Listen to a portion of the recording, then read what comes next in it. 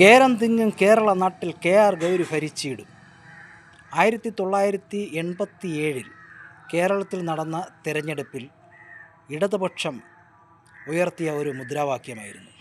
അതായത് അന്നത്തെ ശക്തിയായ ധീരയായ കമ്മ്യൂണിസ്റ്റിൻ്റെ വനിതാ നേതാവായിരുന്ന KR ഗൗരിയെ ഉയർത്തി കാണിച്ചുകൊണ്ടായിരുന്നു അന്നത്തെ ആ തിരഞ്ഞെടുപ്പ് നടന്നത്.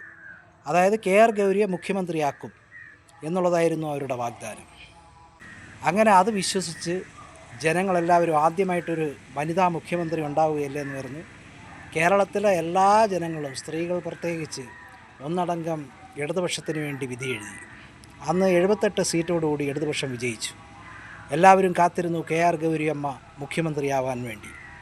പക്ഷേ അന്ന് മുഖ്യമന്ത്രിയായത് സഖാവ് EK നയനാറായിരുന്നു. അതുപോലെ തന്നെയായിരുന്നു 2016 VS അച്യുതാനന്ദൻ്റെ ഫ്ലെക്സ് ഉയർത്തി കാണിച്ചുകൊണ്ട് വോട്ട് പിടിച്ച് VS അച്യുതാനന്ദൻ മുഖ്യമന്ത്രിയാകുമെന്ന് പറഞ്ഞ് ജനങ്ങൾ ഒന്നടങ്കം വോട്ട് ചെയ്തു. പക്ഷേ മുഖ്യമന്ത്രിയായത് ഇപ്പോഴത്തെ സാക്ഷാൽ മുഖ്യമന്ത്രി നമ്മുടെ സഖാവ് പിണറായി വിജയൻ. പക്ഷേ ഇപ്പോൾ അതിൽ നിന്നെല്ലാം വിപരീതമായി.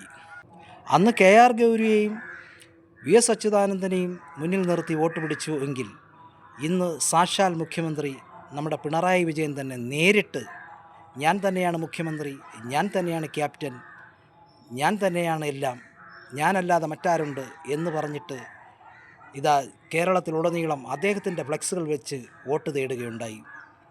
കേരളം വിധി എഴുതി കഴിഞ്ഞു. ആ വിധിയുടെ റിസൾട്ട് എന്താണ് എന്നറിയാൻ വേണ്ടി എന്തായാലും നമുക്ക് മെയ് 4 വരെ കാത്തിരിക്കാം.